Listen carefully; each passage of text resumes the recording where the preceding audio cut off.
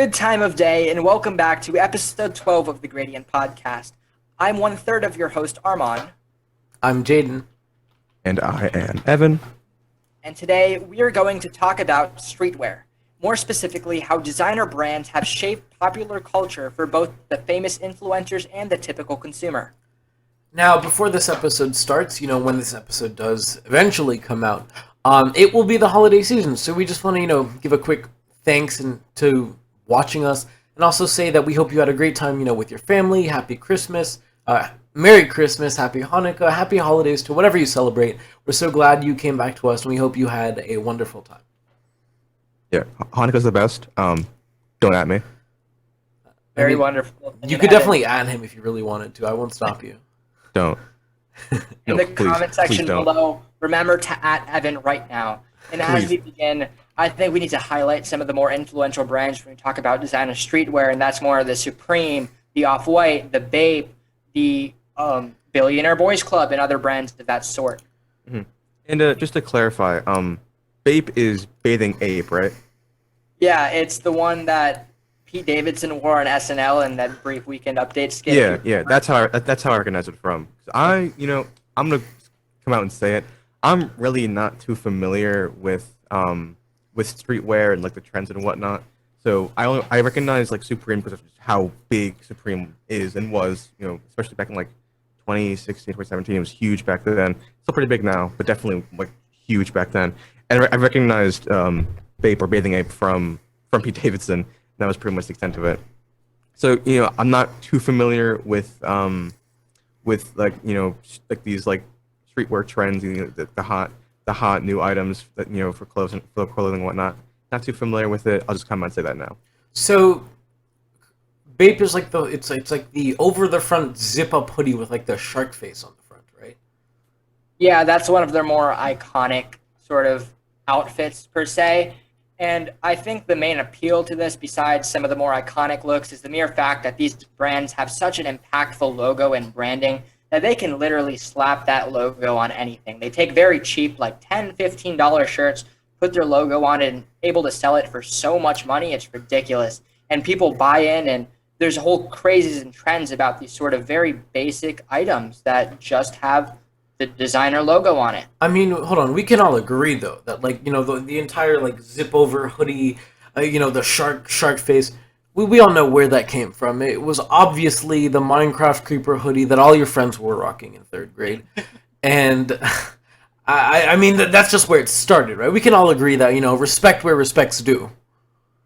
Yeah, Bathing Ape's gotta they gotta respect the OG, the creeper hoodie, the OG.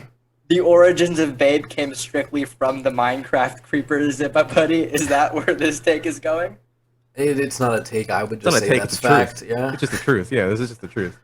As you can likely infer, that the other two members of the Gradient Podcast aren't too indulged in the coined hype beast culture, the people that wear the Supreme and whatnot, and I partake in that to an extent, but not to some of the more extreme levels that we will touch on later in the podcast. I would say note the full send sign he has in the background. Like, well, when he says that, just think about the sign. Just think about it. Think about this. Every time he mentions to an extent, just imagine in your head the full send sign in his background. But yeah, I mean, I'm gonna have to agree with Armand here. He is, I would say, the more experienced. He stepped his foot into the pool that is hypebeast culture more than Evan and Armand have, or Evan and I have, and I think that's for the reason that I'm gonna again say it now that I am very disconnected from that kind of stuff. Where I do not understand the value of putting a logo on something and having such a high markup. Like it makes no sense to me. And I think an interesting dynamic can come from this, because coming from someone who's sort of stepped their grounds into the hypebeast culture to an extent, Evan.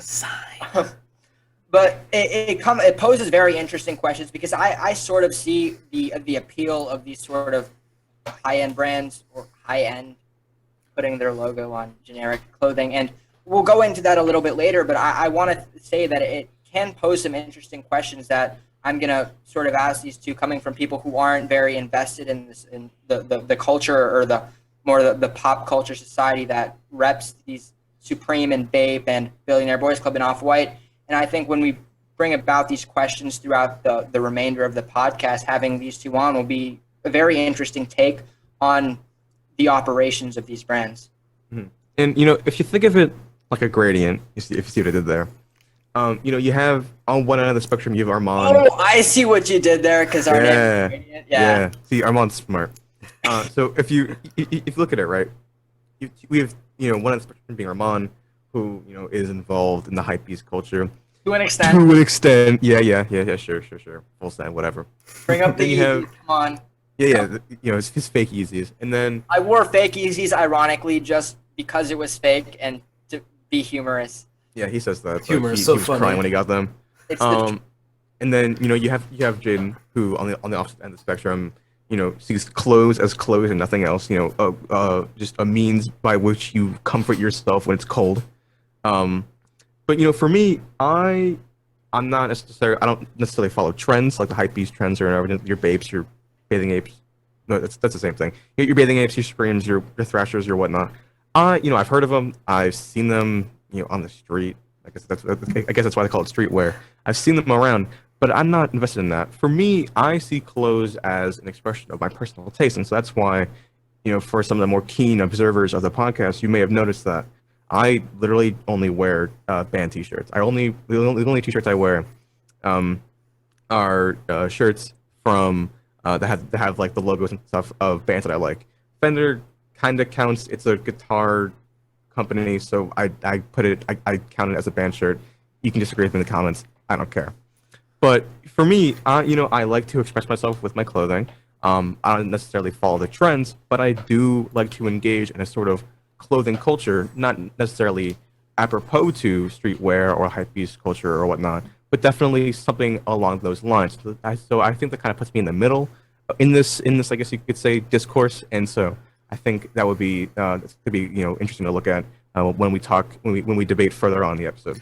No, but I mean, I'm gonna agree with everything that, you know, Evan said there. Where I don't think, you know, the gap between Evan and I is that far, because I'm a firm believer that, you know, you can express yourself in, you know, the clothes that you wear, right? And, you know, your clothing gives you some sort of uniqueness and can also give you an identity. But where I kind of stray from this whole, you know, designer clothing is, if you want to, you know, if you wear clothes for the sole reason of being unique, expressing yourself, having an identity, what identity do you get from wearing the same clothes that everyone else is wearing because they think it makes them, like, cool, it makes them unique? And I do totally agree with this, even being someone who has partaken in the sort of hypebeast culture in the past and to some extent right now. But I very much respect the idea that not necessarily wearing clothes just to wear clothes, because we've just established that we wear clothes to build an identity. But the fact that you guys haven't hopped on these trends of wearing Supreme and wearing Bape and wearing Billionaire Boys Club and other hypebeast brands, because like the reason, the appeal behind these brands are simply to fit into a culture that has one of these brands to sort of popularize yourself with these people. And the fact that you guys haven't partaken in this sort of shows a unique identity and a unique establishment, and that is something that I very highly respect. And I don't want to say jealous of or like envious of, but it is something that a lot of people are, because a lot of people see the need of wearing these type of clothes just to fit into a world of other people who do wear these clothes. And I think it also goes into the appeal of these hypebeast brands entirely. It's because people wear Supreme and other hypebeast brands because famous influencers and other people around them wear these brands. It gives them sort of a means to fit in. We come from a society that is so intrinsically needy to fit into a group of people, to have a classification of a group of some sort, that they wear these brands that the majority of people wear for that sole reason. And the fact that there are people able to stick out are these people that have the unique identity to the fullest extent, and that is something that is very, very awesome. So something I want to touch on that Armand kind of mentioned earlier, but wasn't entirely accurate, is the pricing of the production of the goods. That, you know, let's take, for example, Supreme, right? You know, Armand talked about how you take a $10 to $15 T-shirt, you slap a stamp on it, boom, you're selling it for like $150. That is kind of accurate, but it's actually even more drastic than that. Because if you think about it from like a wholesale production, A T-shirt isn't gonna cost you $10, $15 if you're wholesale producing it. It's gonna run you maybe about like $2 at most. You start sample that 10 cents, maybe 15 cents. You at most $2.15 maybe per shirt. Sell that for $150. Those margins are absolutely insane. Like those are something that you can only dream of as a business owner.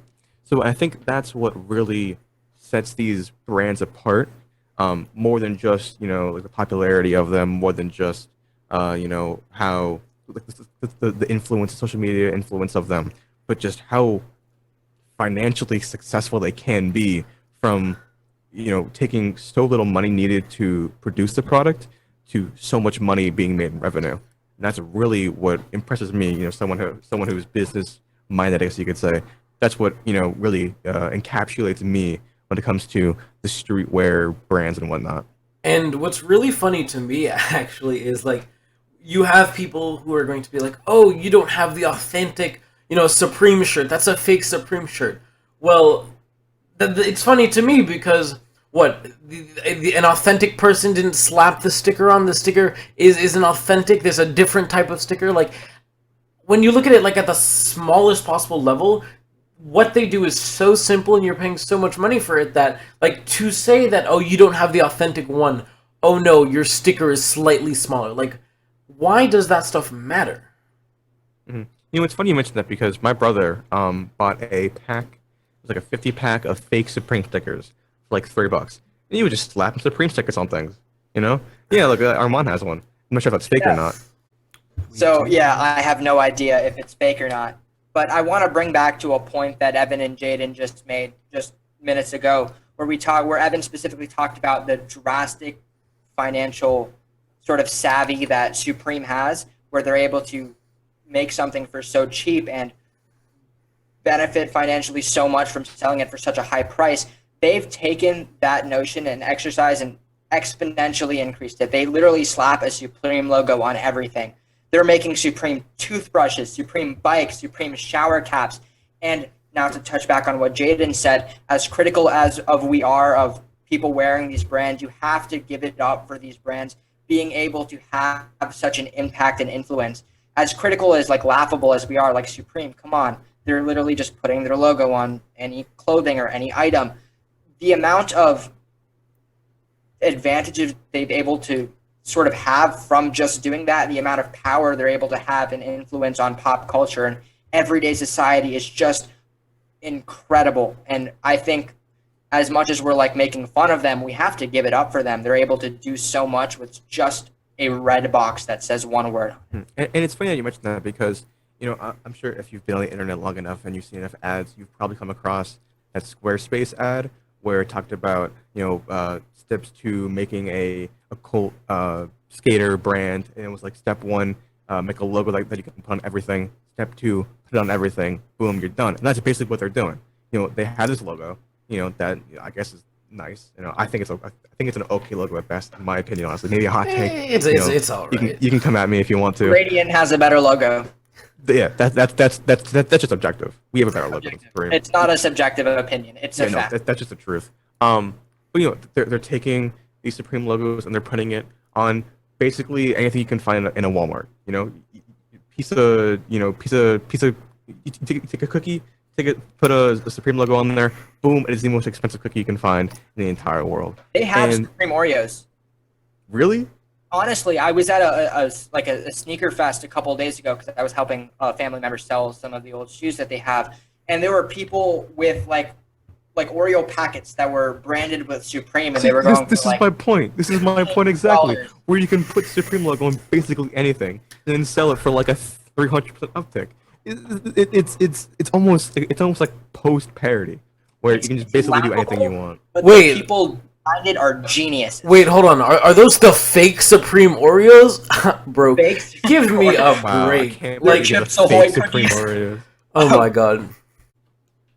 I think the fundamental question that remains when talking about the influence and power that Supreme or any other hypebeast brands has on pop culture is how did that influence and power arise? What outside factors made Supreme so powerful? Because I feel like if we put the Gradient logo, as incredible of a logo as it is, on any given item, it wouldn't sell nearly as much as Supreme is. It wouldn't be nearly as profitable.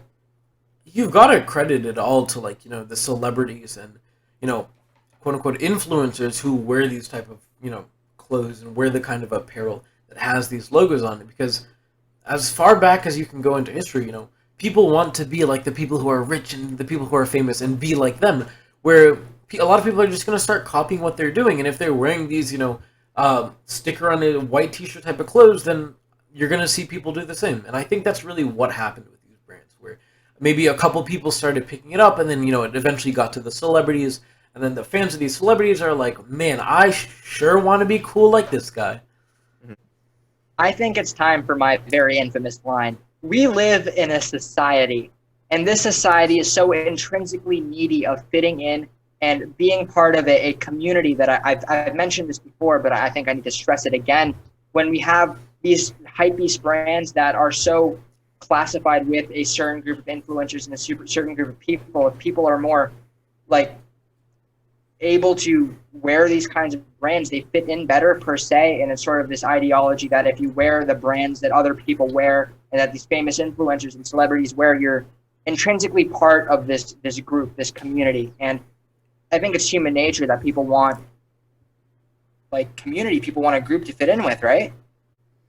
And I feel like a common like topic we've established in this podcast is that the people who hop on these trends lack a sort of uniqueness and a sort of savvy in terms of like finance and business and whatnot and identity.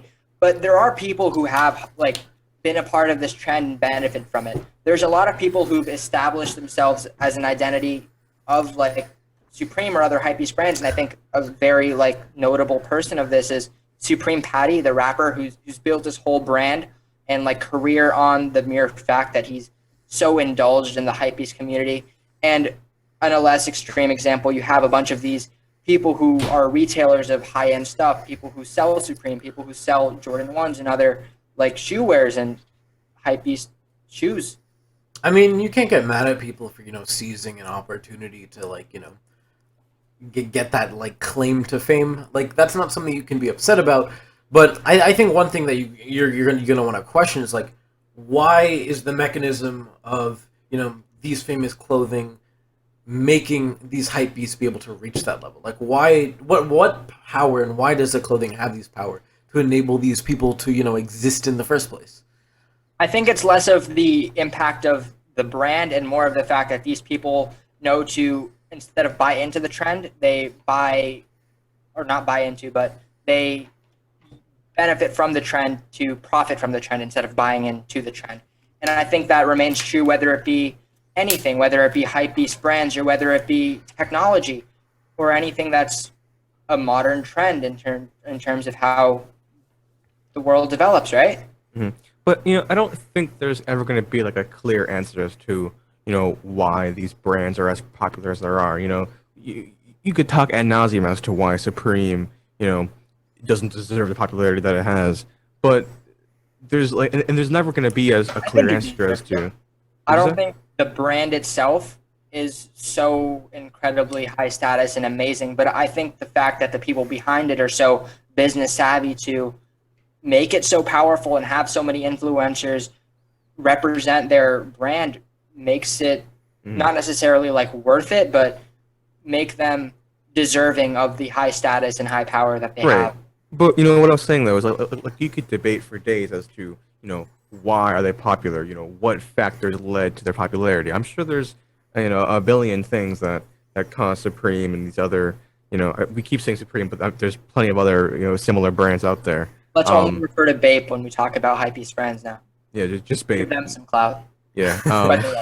And the Billionaire Boys Club, whatever they're called. I don't know much about it. I'm just kind of like regurgitating what our mom was saying earlier. But we could talk forever about what caused these brands to be popular. But I don't ever think there's going to be a clear answer. There's ever going to be like a finite reason as to why Bape is as popular as it is. Which kind of but it's very seeing these companies, these brands adapt to their popularity, having, famous influencers and whatnot use the popularity of the brands to increase both their popularity as well as the popularity of the brands, even more. Almost kind of like cyclical relationship where, as one increases, the other increases, and it keeps going up and up and up. And so eventually, one of them will decrease. That's just how the market works. But I mean, it's a very complicated and complex issue, and I don't think there will ever be like a clear answer to that question. Again, I'm gonna have to completely agree with you.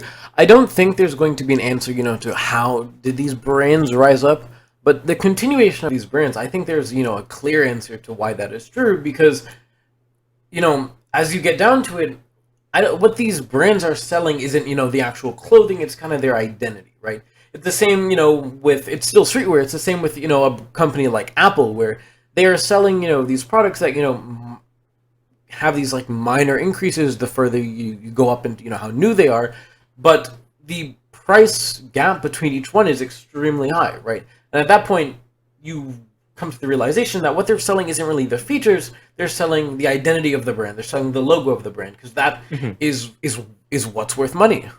Yeah. It's important to understand like the value that we put on these like products does not come from the quality of the clothing or whatnot. We know the common example of how monkey have banana have value. Monkey grow more bananas, banana less value. Classic example. Classic. Everyone knows that. He's been waiting to say that. Yeah. But as much as bananas have value, the value that comes, the value that we put into the streetwear clothing does not come from how nice the shirt feels, or how much it like conducts air around you or whatever. The air resistance of the shirt. Although that'd be pretty interesting. I'm sure they feel fine. I don't really plan on wearing one in the future. But it's important to realize that the reason that they can cost so much is despite costing so little to produce on the company side is because of the popularity of them. So the value comes from that that perceived popularity. Exactly. Like clout, I guess you could call it. Yeah, exactly. It's now not just monkey have banana. Banana has value. It's monkey have banana. Monkey slap banana on everything. Now everything has value. I think this discourse is slowly transitioning into the new point, and to begin this point, I want to establish that I think more with us three that we have this sort of analytical business mind where we can see the business savvy and profitable benefit or I'm for the consumer. That these repeat that. I'm for the consumer. Don't get it confused.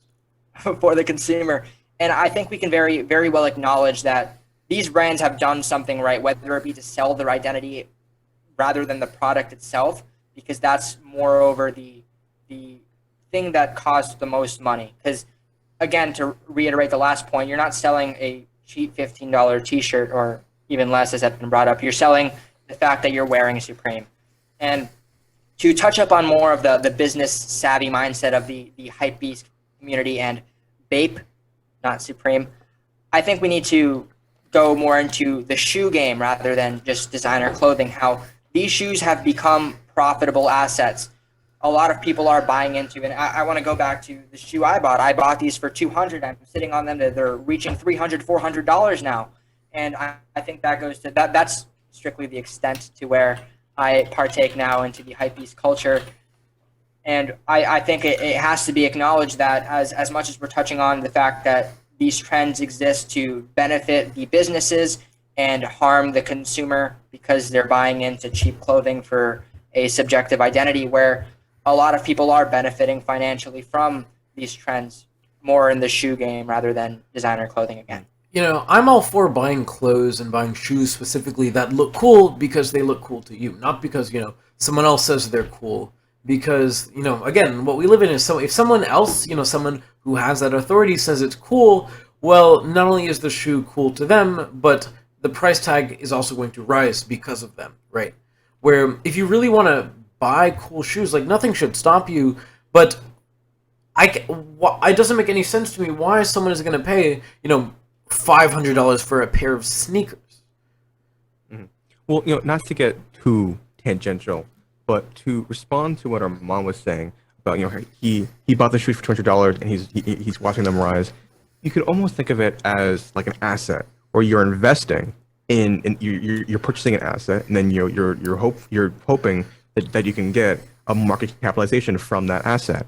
Not to get even more tangential, but when you look, if you talk about like a stock portfolio, they always talk about how you want to diversify your portfolio so that if one thing doesn't do as well, other things will take its place, and you'll be not as much as in risk. And we're starting to see a lot more collectibles being put in a portfolio. Before it was just stocks, bonds, mutual funds, but now we're seeing, and I guess real estate as well. But now we're seeing collectibles like shoes, like Pokemon cards have drastically risen, like out of nowhere. When I was a kid, I watched Pokemon unboxing videos because I played the game. Of course. I played I like trading cards.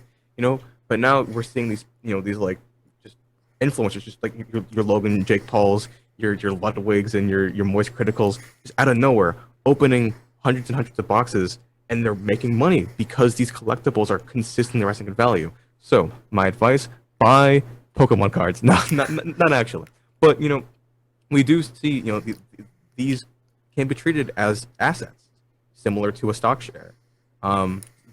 Similar to like a company stock or their shares. These are assets. These can be put in a portfolio, and recognizing the value and the volatility of these assets, similar to like a stock, it's going to be really important when we're going to see more and more people trying to basically become brokers, not necessarily, or just like or day traders of these kinds of assets, quote unquote.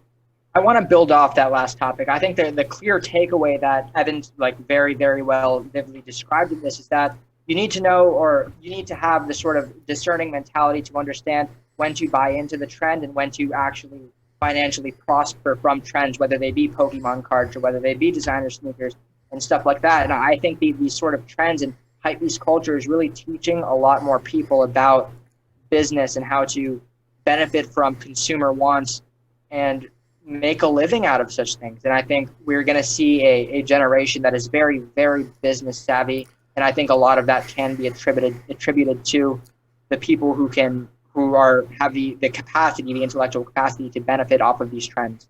Well, that's not to say that, shoes are just stocks that you can increase.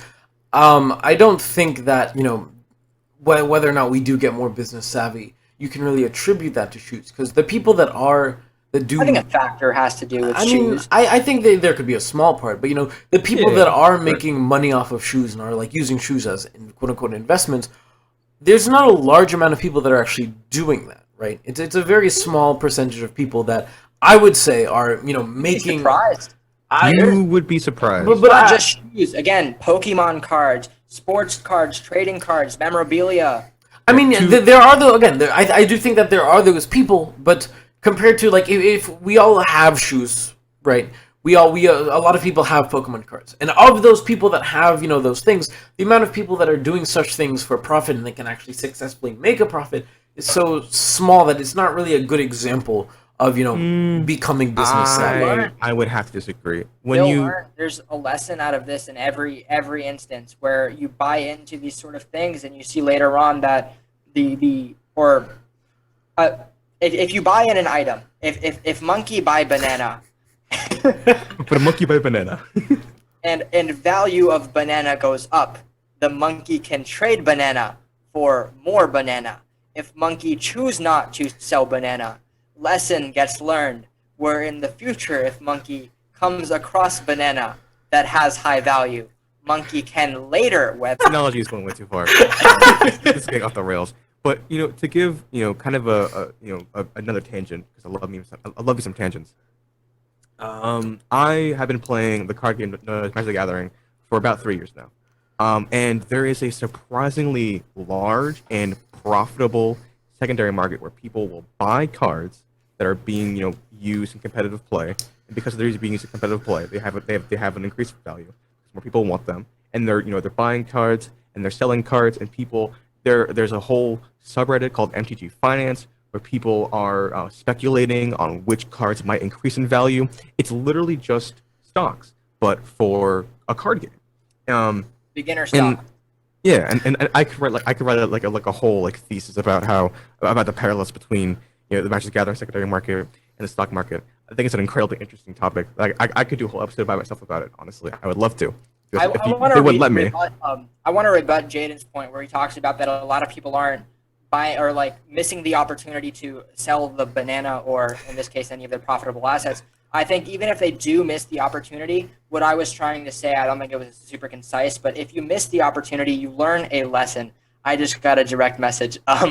You learn a lesson in the future to do so too. Don't miss the opportunity and benefit off of your asset. And I think that's where I was going, where people in the future will become more business savvy, whether that be they've taken advantage of the trends or they learn from the lack of taking advantage to in the future, whether it be in the stock or like stock market or any sort of market they partake in the future. Just to finish what I was saying before, with even with a market as niche as the Magic the Gathering market, there is still a lot of profit to be made because a lot of people are buying, a lot of people are selling. You know, even though it's a very small and niche community and secondary market, just because of the intrinsic nature of a market, there are means by which you can capitalize on your investments. And so even if there are only a couple hundred people, a couple dozen people buying and selling shoes like as assets, there is still money to be made, even if it's a small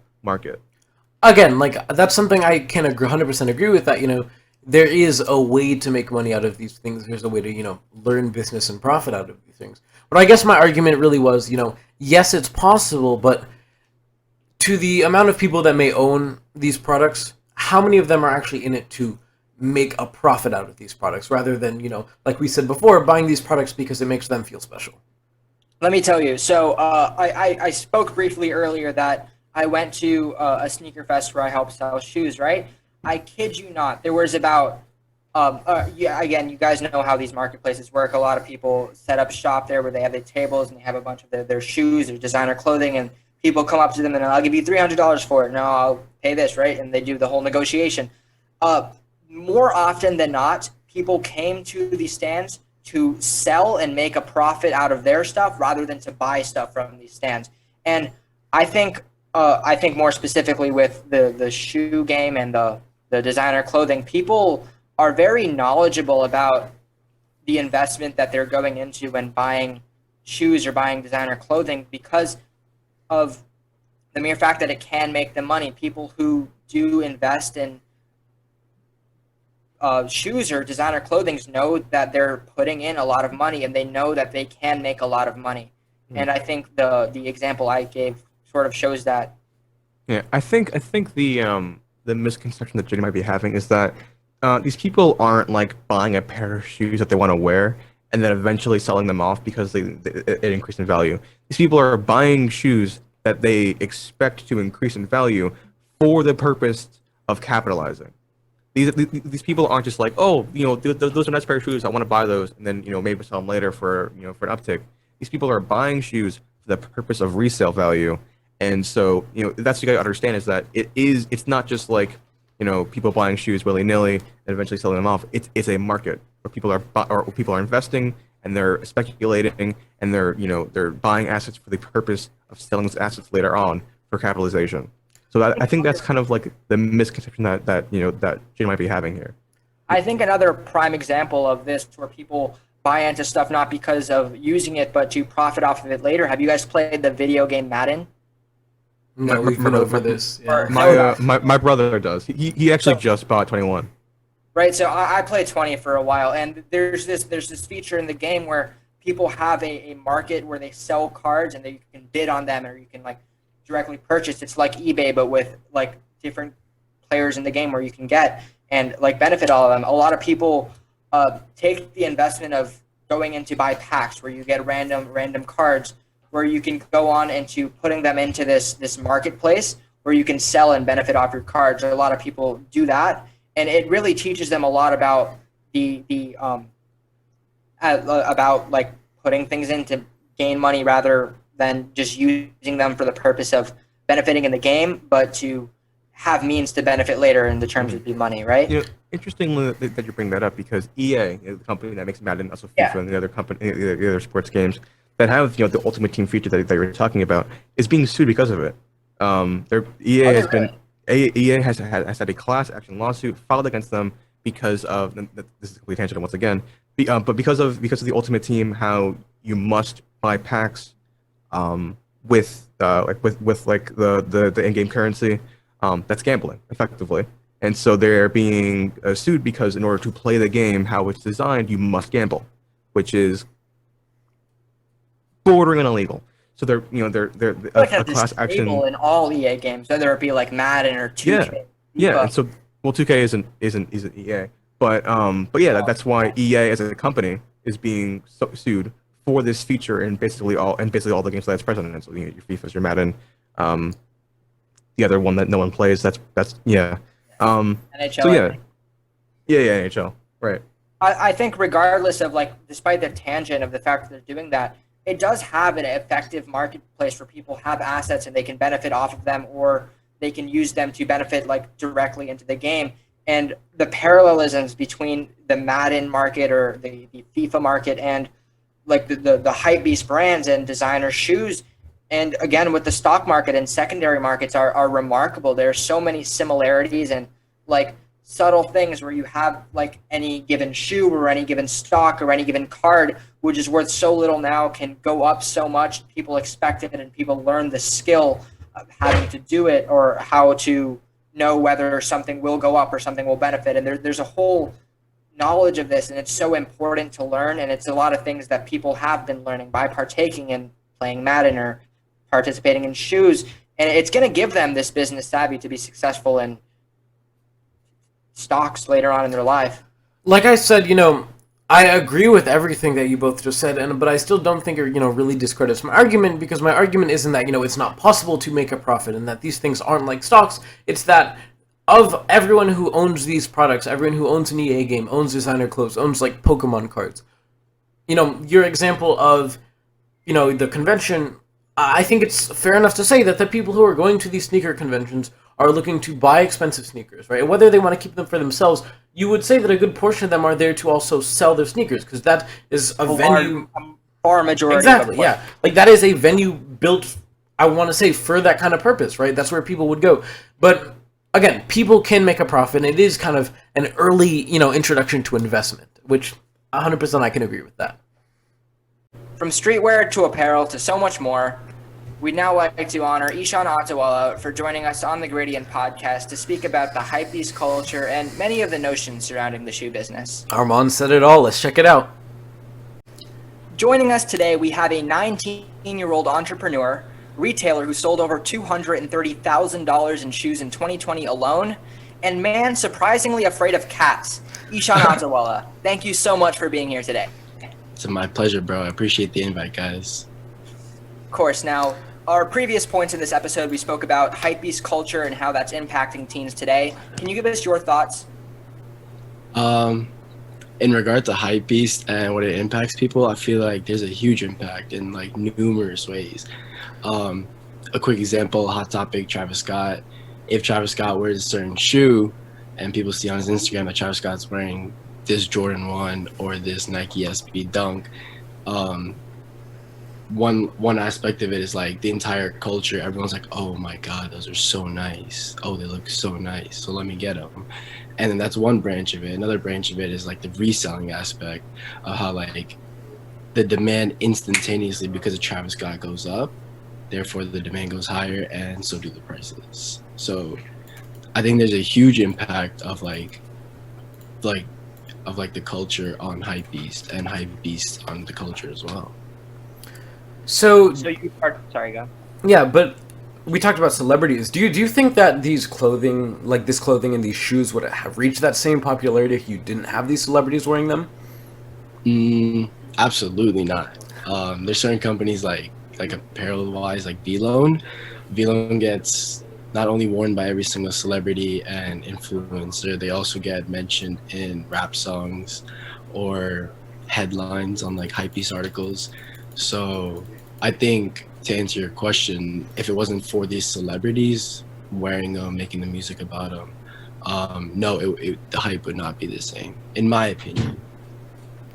So, in your experience, what would you say is the primary driver of the value of the shoes? Is it the popularity from celebrities? Is it just the culture around it? Is it just how the shoes look? What would you say is like the driving factor for the value of these shoes? Different shoes I feel like are driven for different reasons. Like for example, Jordan 1s that are just super common. Everyone wears a Jordan 1. If you're into sneakers, of course. Is that if it looks nice, then if the demand is there, then it's instantaneously nicer to the community, and that gets backed up by, like you said, celebrities or just the common public. But another aspect that drives shoes is a lot of shoes get re-released.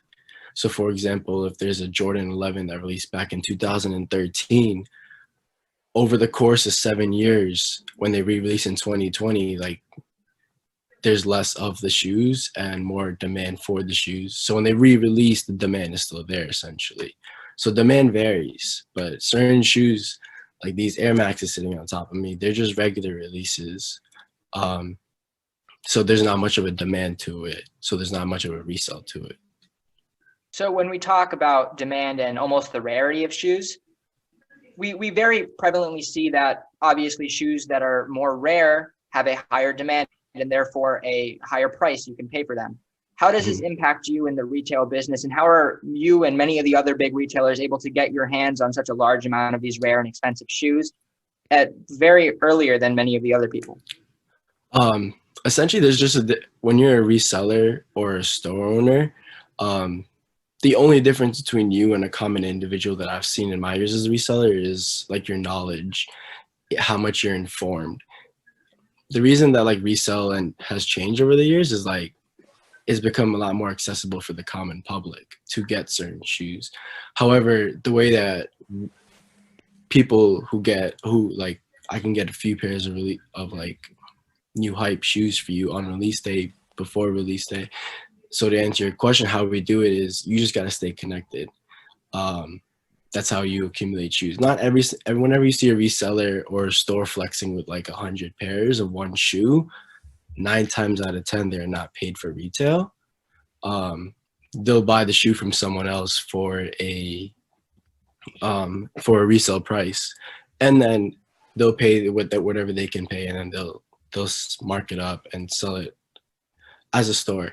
But to answer your question, like these Travis Scott Air Forces, khaki jacket. These are my personal pairs. Wear your shoes. It's only $160 shoe. It's an exquisite shoe. Like you can obviously see that it's not like a normal shoe you can just walk into Foot Locker and get. But the difference between me and the common individual who can get them is the fact that I knew how to get them. Common individual just relies on one source, the Nike sneakers app, more often than not. Whereas I'm a little bit more informed of who to get it from or where to get it from.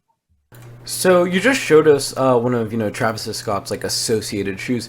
Do other celebrities kind of have that connection to different brands and different like types of shoes?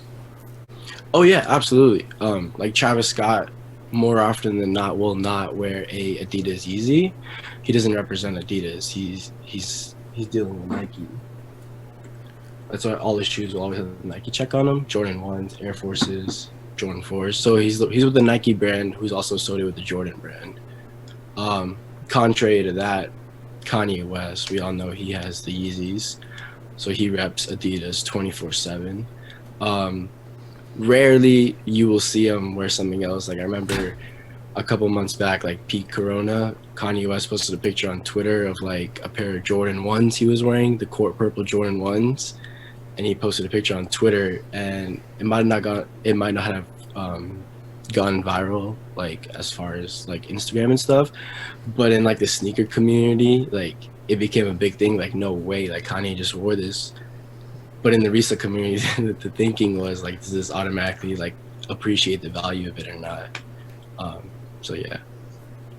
So you just spoke about networking in the shoe game, and along with that, many other business industries. Networking is a very important factor, especially for a retailer who's not almost professionally credentialed, but more on retailers who work with individuals when you're selling shoes. Can you take us through one of your like funny or good experiences or stories reselling shoes or networking with a fellow retailer? I think it's interesting to see how I mean, I associate myself with a lot of store employees. That's how I accumulate a lot of Jordan 1s, Jordan mids. I sell a lot of those lately. So if you want to bring up like a funny moment, it's interesting because it actually happened today. I was at Sawgrass Mall to pick up some shoes because my boy who works at Foot Locker there was like, "Yo, these shoes just came in. It was a shipment. We restocked. Come through as soon as you can." So I was like, "Okay, bro, let's go." So I headed there. I went with my dad. We got inside the store, and he's like, I shook his hand. I was like, "Yo, what's up?" He's like, "All right, I got you. How many do you want?" I was like, "I'll take 5. My dad will take 5, which is the maximum pairs you can take." He goes in the back, and then we're standing in line essentially, and then there's Right. some people behind us that just came in, and they were looking for the shoe that I was getting. And then so she was like, "Do they have your size?" And she was like, "No, they just told me some reseller just took all of them." So I like left the store with like 10 pairs of these Jordan 1 mids, and when I saw them, they didn't have any. So I was like, "Damn, that kind of sucks." But that was another funny moment that I had witnessed of like the hatred of like the common public to resellers. If he found out that you were the one who like bought all those, would it be heated, or is it more of a calm community in the shoe business? It's both, bro. It's both. I've traveled to different cities, and living in South Florida, the sneaker game's not like insane. But if you go to like Chicago and New York, LA, and you mess with someone's shoes, like if they visually see you taking their shoe that like they should have, It's over. it's over. Yeah, it's over. I'm sure the same goes for like if you step on someone's shoes by accident, especially if they're 100%. really big. in the I'll shoe game. personally get pissed, but like I won't get mad at you. But yeah, some people get ticked off. So I wanted to ask, you talked a little bit about the profitability of the shoe market, and we talked in the episode about how companies like Supreme have really good margins, where they spend very little to make a lot. So if you're okay with like disclosing this kind of information, what do your margins look like on average? What kind of profitability do you see in the shoe game? The shoe game has evolutionized. Like before, I used to sell a lot more Jordan 1s, a lot more Yeezys, where the retail markup for the Jordan 1s was $170 plus tax, so like $183. Yeezys were $220 retail plus tax, so $233. I would, if on a good day, if I would get like 10, 15 Yeezys for retail, I would make like 150 on each. And then that would just be in one weekend for me. A Jordan 1, it depends. Certain times like I'll get like 10, 15 pairs, and like I said, the retail would be 183, and then I would sell them for 250. So it's like $70 each, $67 each. Sometimes if like the Jordan 1 mochas, like I sold them like between $350 to $400 each. So it varies, to answer your question, profitability. However, like I said, it evolutionized. Today I sell a lot more Jordan 1 mids, Jordan 1 Yeezy, Jordan 1 mids, Jordan 1 lows, simply because the retail markup is a lot less. They range from like $70 to $110. And then the flipping aspect of it is I can sell them between $150 all the way up to like $250 per each. So then I'll spend less, make more, and multiply. So would you recommend that, other people get into the like shoe business of reselling shoes? Because it clearly is something profitable, but is it something that's, easy and accessible for a lot of people? I'm not gonna say absolutely not. If you were to ask me what I suggested to someone, it's a great side hustle. You can I have friends in high school who are like now like a freshman in college, and they're just doing shoes as a side hustle now. It doesn't take a lot out of you to just get a hold of some shoes and then sell them to A, StockX, B, GOAT, 3, a local store, because now they're everywhere. Any hypebeast store, you can find them in any mall, or 4, a reseller. So there's tons of profit. There's tons of profit. I mean, I'm a reseller, so like I'll sell hundreds of shoes. So I get the profit, but to advise it to someone else, I would be like 100%. It's funny because I talk to my uncles about reselling too, and they talk about stocks sometimes. So we compare them, and then I like a few weeks ago I had sent like a screenshot of an Apple stock, how it raised in like 365 days, probably like $70 to $100. Whereas just like trying to keep this example short and sweet, like a Jordan 1, had you just purchased it for $183 and held it for 1 year, just because there's so many less pairs of those in 1 year, it's gone up 200, 250, maybe $300. So even if you're not reselling, you could just purchase a shoe, keep it in your garage. 1 year later, it's appreciated like 200%. You're like, wow, shout out to a shoe. Being such a large scaler reseller as you are, and as you just explained, I'm sure the credibility when you're selling shoes is definitely there, but a whole giant aspect of reselling, whether it be in hypebeast culture or any other business industry, is media marketing and how you brand yourself on social media. Can you go through your process and how you better effectively sell your shoes through the use of Instagram or Twitter or any other social media platforms? Personally speaking, from the time that I got into like sneaker reselling, which wasn't like I haven't been reselling for like 10 years. I've only been reselling for like 4 or 5 years.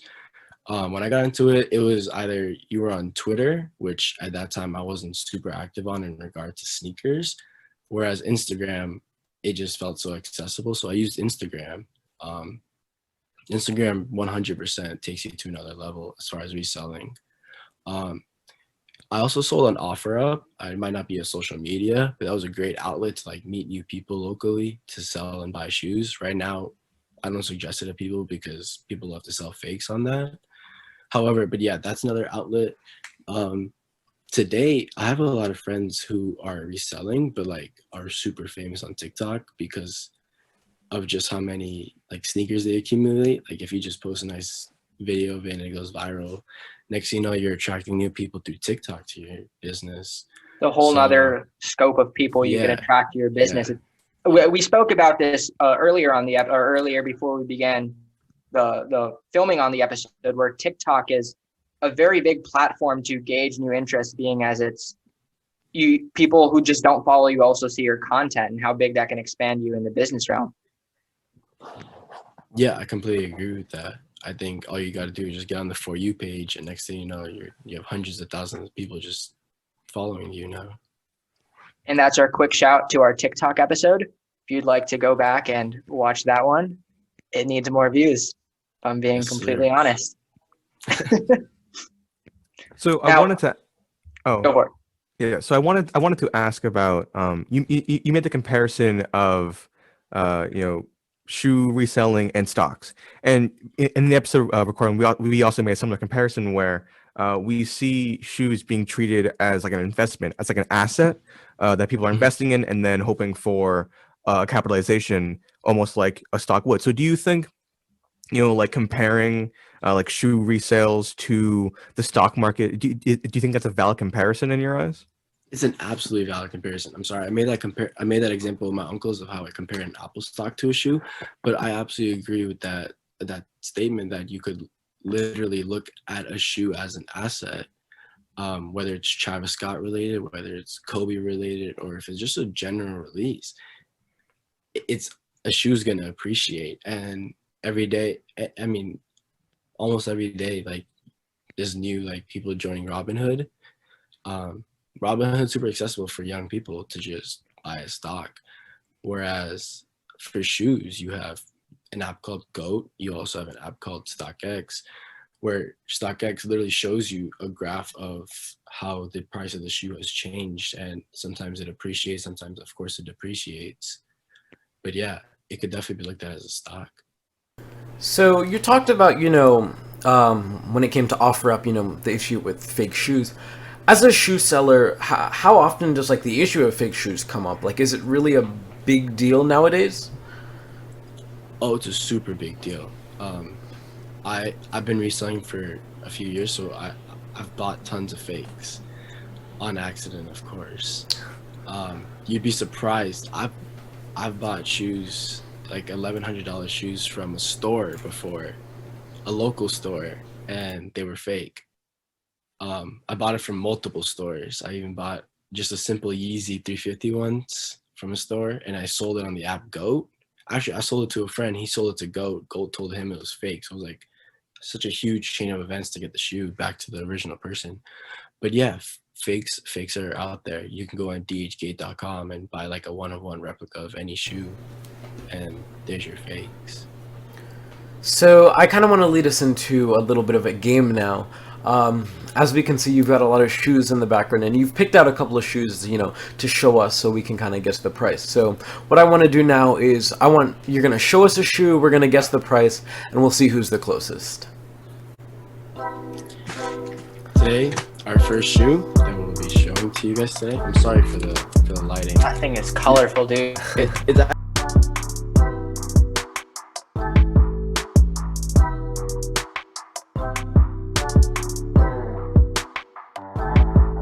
actually a pair of Crocs, surprisingly. It's a whole collaboration that Crocs had with two different companies. They're actually called the Chinatown Market Grateful Dead Crocs. They released just a few months ago. Retail value is $70. So let's guess these resale prices. Have you want to go first? Yeah. What would you pay for some Crocs? They're very colorful. They're very colorful, and it's You can see Evan wearing them. It's like a no, but so they're very colorful, and they're like a limited time collaboration. So I'm gonna put it in the realm of like $150, like $150. That's my guess. Jaden, you want to go one under or one over? I'm gonna go one over. I'm gonna say All right. 151. I'm gonna say 149. We're gonna try and get Evan wrong. Oh my god. I'm gonna give it to you. I'm gonna give it to you, Evan. I'm gonna say $150 is a resale price for these. He had a $1 scope and he got it right. Yeah. This is one of these shoes that vary in like sizes. Like smaller sizes go for like $80, but bigger sizes go for like $180. So it averages out. Like I'll sell them for $150. Yeah, $150, bro. Okay. Does that happen with many other shoes as well, where different sizes are worth more and less? Sizes matter so much with sneakers. What's an optimal size for like the most profit? For most profit, when it comes to Yeezys, it's gonna be sizes 4 to 7.5. We call them the base sizes for the base, because they're just smaller and there's less pairs made of them. For Jordan 1s, it'll be sizes in men, sizes 8 to 9.5 are always the ones that go for the most resale. When you sell sizes, are you primarily selling, like 8, 9, 10s, or do you have a lot of like, I guess young people buying, the 4s to 6s of the world? Oh, it's really interesting that you bring up that question, because I have toddler shoes, a size 6C, a pair of Jordan 1 tie-dyes. How much are those for? So tiny. Retail, I probably paid like $60 for these. When I go to sell them, I'll probably sell them for like 120 to 140. So like I'll double my money. Crazy. But my shoes sizes go up to size 15. I have every shoe size. Like any size. See, now I'm wondering who's buying like designer shoes for their toddlers. Shaquille, oh no, to toddler. I thought you were gonna say size 15. I was about to make a joke. No, like the size 6 like child. Who's buying those like super expensive designer shoes for their You'll be for their little kid? surprised. You'll be surprised, man. I have these shoes. They're called Palm Sacks Wizard. Only 4,000 of these that were ever made. Oh my god. It's a size 7C, and it drives resale crazy just because of that. See, because when I was a kid, I wore light up Skechers, and I think I'm in I the did majority too. camp here. How much do those go for? Light up Skechers. I wore those too, man. So like, yeah. To answer your question, who like gets those for those kids? A lot of people. Like a lot of people for some odd reason they care about their kids' shoes, but You're like in a large scale reseller in the South Florida area. Do you often sell to like influencers or artists or infamous podcast interviewer or hosts? I've sold to like college football players, but like I haven't reached out to like a celebrity or anyone. I've sent shoes to like Noah Beck once, but like I wasn't the one who got accredited for it. It was my friend who works for a management team who got paid to get Noah Beck some shoes. So he paid me. Management team paid him. He paid me, and I sent Noah Beck the shoes essentially. But yeah, I don't sell to influencers, but I have friends who do, and shoutouts are huge. Our second shoe today is the Kobe 6 Pro Tro.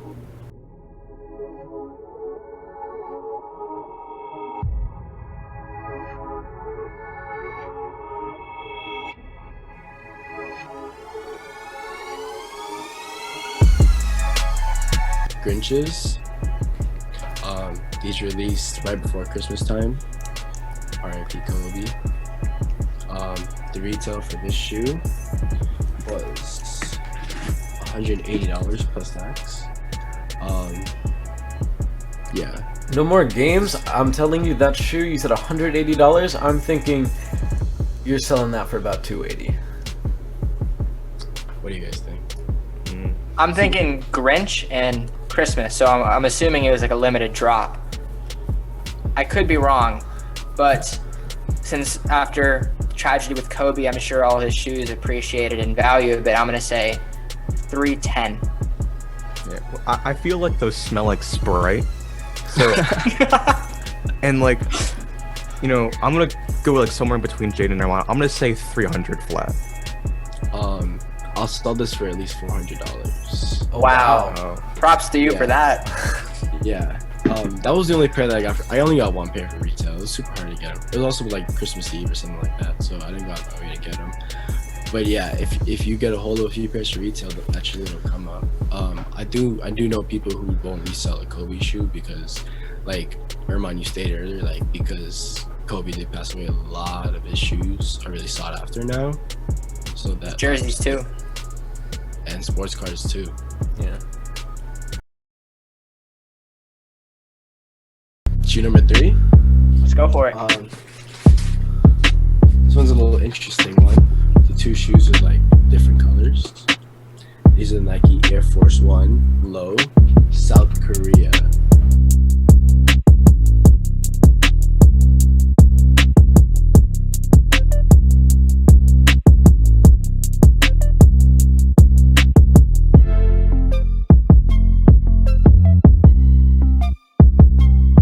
Here's the name of them. I feel like You know Jade why would it's like called those. that? Retail for these was $130. Again, it's the Nike Air Force One South Korea, not North, South. Were they made in South Korea? No, I'm sure most Nike shoes are just made in China. I could be wrong. A lot of things are made. But I yeah, can go first with Yeah. this one. I think Wait, the hold on. I want to know like what's the backstory? Why are they called South Korea? Is it like a to be kinda like- honest, I know a lot of the backstories of my shoes, but these I just got, and I don't think I know the backstory behind them. There's like a little symbol on the tongue. I feel like that symbol symbolizes something in regard to South Korea. But yeah, that's just what they call them. So I'm gonna be a little big brain here, all right? So you say you just recently got them, meaning they likely haven't appreciated in value as much yet, right? Right? Uh-huh. I'm gonna go 160. Okay. Wait, what's was the retail? Yeah, what's retail? Retail was 130. I actually found them in an outlet, so I didn't pay 130 for them. I got them for less. But that's just the retail price of the box. Probably, I'm thinking 210 here. Cause I don't know. What you say? 160. I'm gonna go 161. I'm gonna say 190. I'm gonna go in between again. Oh my god. I'll probably sell this shoe for like 180 to 200 at least. To be honest, I paid like $80 for these. But yeah, this is a shoe that I'm not even like super pressed to sell. Just because from like a resale perspective, like it just mentions South Korea. There's a flag on the shoe. If I don't sell this within the next 365 days, I'm sure like the resale will like double. To be honest. So about those, I think do people buy, like, is there added value, like, if somebody really likes the aesthetic of a shoe, like, even if the, like, price is going to be like $180 you'll sell it for, are you going to have, like, people pay more, like, just because they like the shoe? Yeah, because they relate to it, absolutely. A Kobe fan will always pay more for a pair of Kobe's than someone who's not a Kobe fan. There's a pair of shoes that just came out within like the last month or two called the J Balvin Jordan 1s. They're super colorful. It was the first ever like collaboration with Jordan brand and a Latin artist. So I can assure you, I haven't owned one because I just haven't purchased one. But I can assure you that someone who's out of like a Latin ethnicity will absolutely like be willing to pay the price for it versus someone who won't, because they relate to it. Sorry. So on that note, do people come to you with prices, or do you have like a flat rate and just adjust it from like talking to them? Like, how does that work exactly? The resale price gets determined by a few factors. There's apps that like I mentioned, Robinhood. Like Robinhood, that's not a good comparison. I can just say like StockX and Go. There's ultimately like there's listings and there's people buying them. So eventually, like if there's less pairs, there's less listings, and those people have the power to raise the prices. And also, there's a lot of listings. Then eventually, if it's a nice looking shoe, then every pair will get bought. As it gets bought, the prices go. Next shoe is a pair of Nike SB Dunks.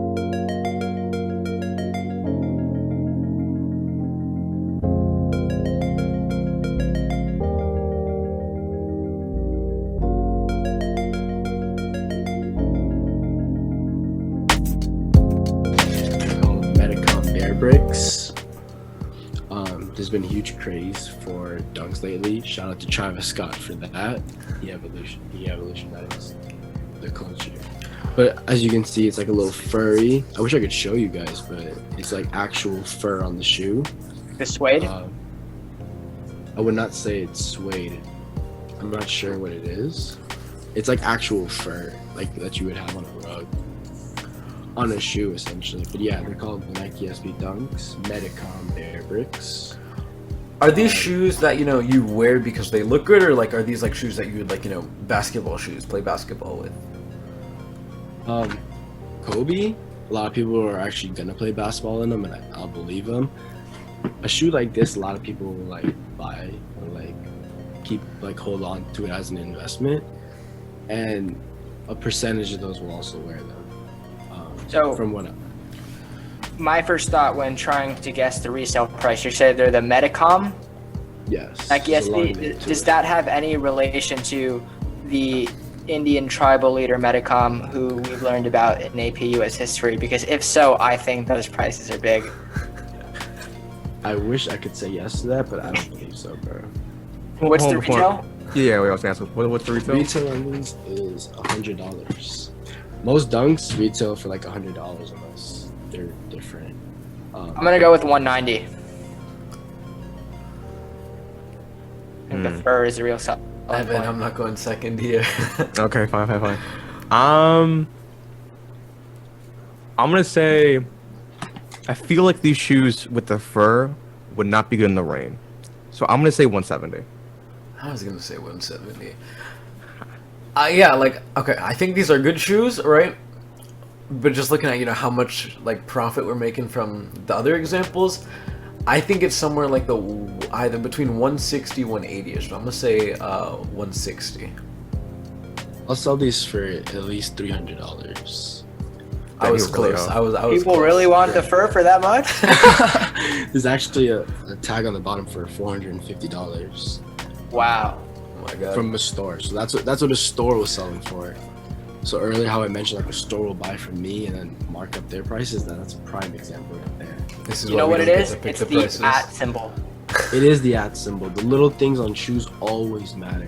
It's always little things.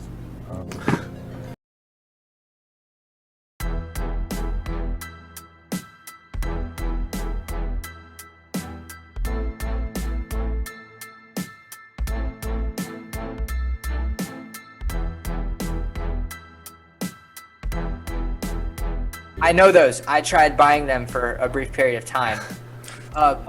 These are one of my favorites, if not my favorite shoe in my collection. Retail price was $180. So I know those are significantly more. $160. I know those are significantly more expensive than the retail price. Thank you for the I'm gonna let them two go first because I think I know it. They're a Nike Air Force One, like the South Koreas. They're just an Air Force One. $480. I don't know what's about the shoe, but it's a nice looking shoe, you know. Yeah. Given what Armand said, and given how popular Travis Scott is, especially like what we're seeing with like the McDonald's thing, That was huge. That was just McDonald's. I'm gonna go a little bit high here. I'm gonna say like $800, $800. So I was trying to finesse my way to get them for $350, but that did not work out. I'm gonna go $450. Retail was $160. They go for about $550 to $600. Wow. Yeah. This is just one of his collaborations. Do you think that one's so expensive because like it's just a Travis Scott shoe, or? Yeah, 100%. It's Travis Scott, but it's also the little thing. It's like the detail in the shoe. Like this is like the first Air Force One that like a lot of people have seen, where there's like a whole zipper on the top that can be removed. So it's like the uniqueness of the shoe. Cactus Jack is his record label, his company also, like Cactus Jack, like the merch. That's like embedded like in the shoe. He represents Houston, H-Town. I think this little symbol right here has something to do with H-Town. It comes off as well. But yeah, I'm not trying to go too deep into the shoe, but it's the uniqueness of the shoe and Travis Scott, 100%. Like if Cactus Jack wasn't on it and it wasn't Cactus Jack related, it 100% would not go for $600. Yeah, I was gonna say the zipper on the shoe. I've never seen that before. Like I've never seen a shoe with a zipper on it. It looks like a hoodie almost. Yeah, and it could literally you could like take it off too. So it's like you can make it however you want it to make it. How do you wear yours? I keep the zipper on it. A lot of my friends take the zippers off because then like trying to hide it, but like it looks really nice without the zipper too. I like the zipper because it's super unique. So like I'll just zip it up like to the bottom and just leave it open. But yeah, interesting. Do you wear a lot of your shoes, or like, is it we're here for the profit? No. I like sneakers a lot. I'll keep a handful. That's just one of my personals. I don't have a huge personal collection. Mine is only like 30 to 35 shoes. But like I own 4. Yeah, I have one. I have one pair of shoes that is just wearing. What? I could never. When I travel, like even if I go to Orlando for a weekend, I'll wear one pair and then I'll bring some slides, and I'll also bring like an extra pair or two just for the week, just for any scenario, you know. They have to match the fit, right? You gotta have the right sneakers, and you have to match the fit, bro. Of course. Yeah. But yeah, that's only you guys don't have. I only have like I said, like 30, 35. There's people out there with like $1 million collection actually. So for our last shoot today, it's in a box. I mean, all shoes are in a box, but it's in a big box. It's a big box. Yeah.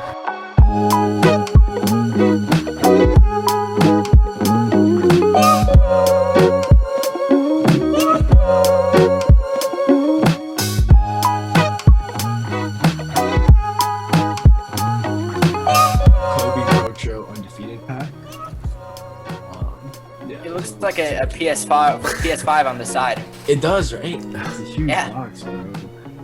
So this is a 9.5. The retail price on this was $390. It is a Kobe shoe. There's 2 shoes in there, actually. You want to guess for what he'd sell both of them for? Just up the antics a little bit. Are they together, or are they like a collection, or how? What? They come together. Okay. I Oh, can okay. sell them individually. Most people will break the pack. If I sell them individually, I'll sell them for more. But as a pack, okay. So yeah, this is So the we'll code. guess the pack. We'll guess the Yeah. pack. Yeah, This is yeah. the code. Oh wow. There's 2 pairs of codes. Look nice. Those actually do look nice. Super fire. They both resemble something. Evan, I found you your second pair of shoes. Yeah. So yeah, this pack retail is $390. Yeah, let's guess these resale prices. It is a Undefeated is like a hypebeast company, and of course it's a code piece. So. All right. You said $390 for the 2 of them. $390 is the retail plus. You will sell those shoes for $900.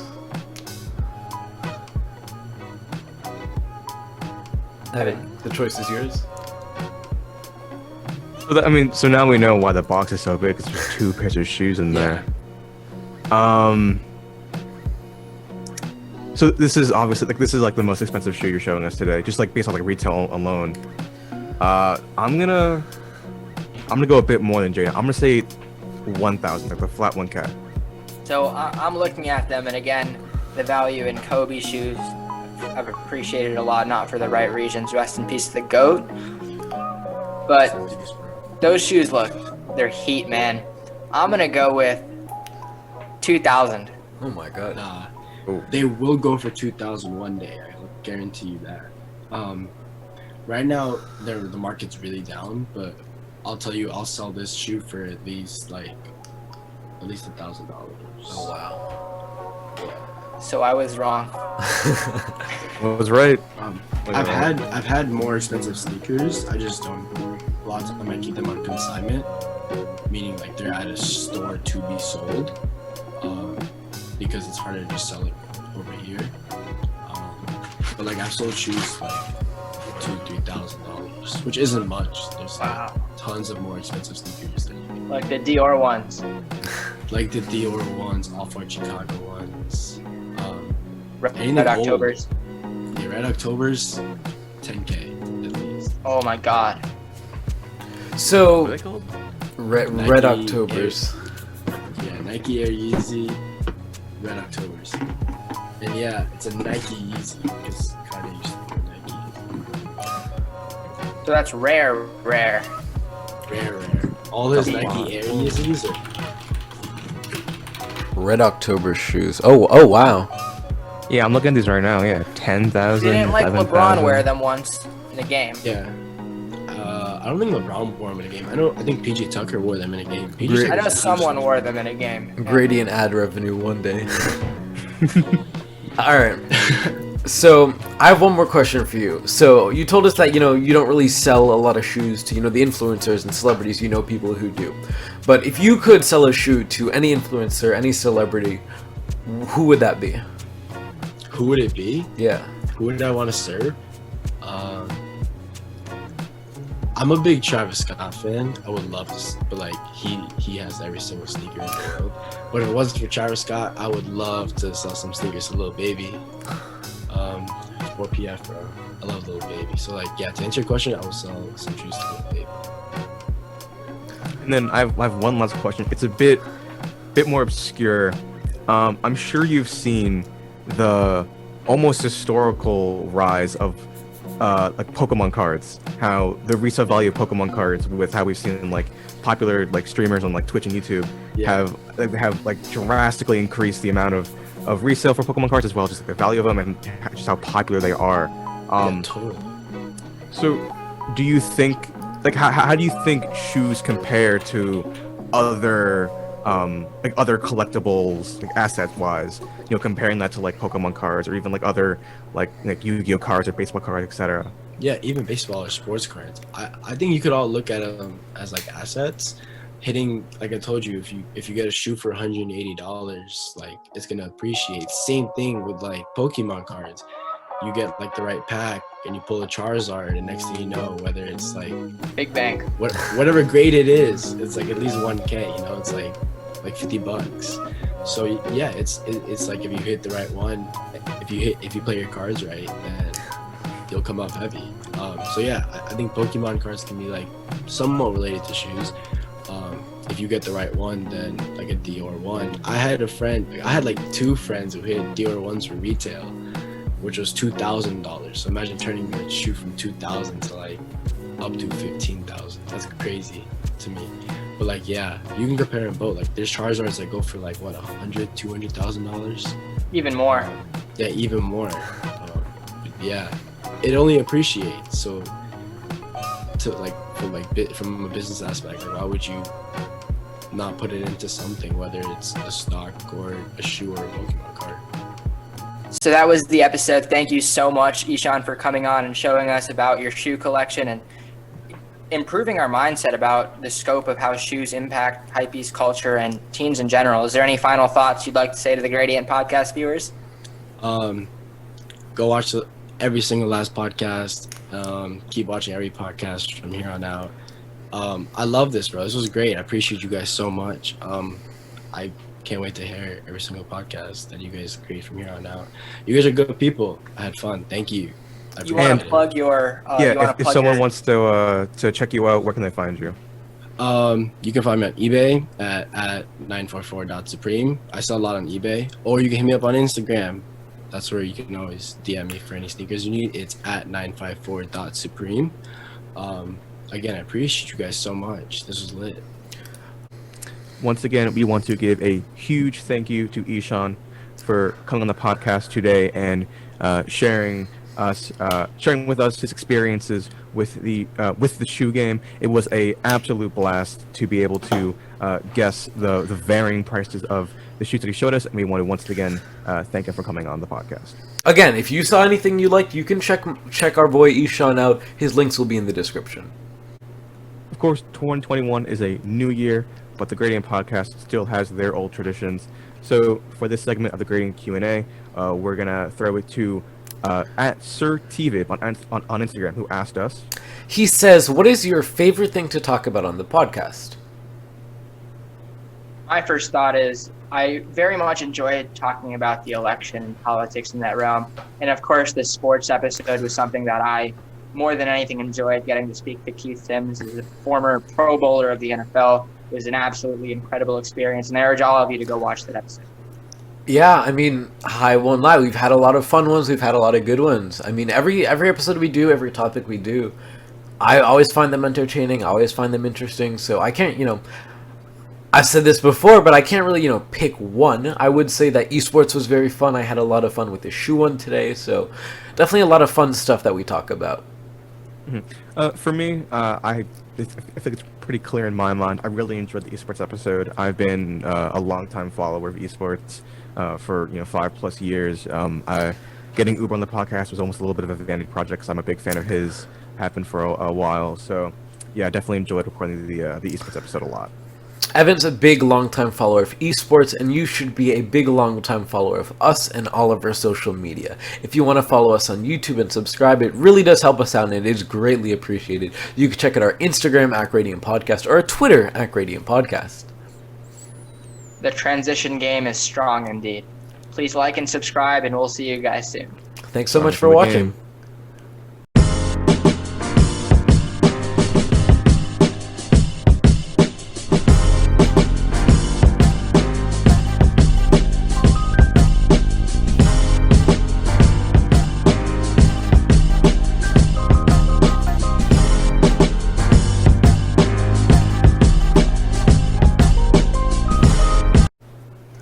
I'm not like a huge fan of we've talked about this already on the podcast, but Evan and I aren't the biggest fans of designer stuff, but I do like the South Korea shoes. See, I told you he likes it. I told you he'd like those. They're super nice. They're fire. So sell it to Jaden for more than 200. Yeah, that's what we're Let saying me know if here. you want them, bro. I got you. They're size 11. All right. Actually, that's my size. I won't lie. What?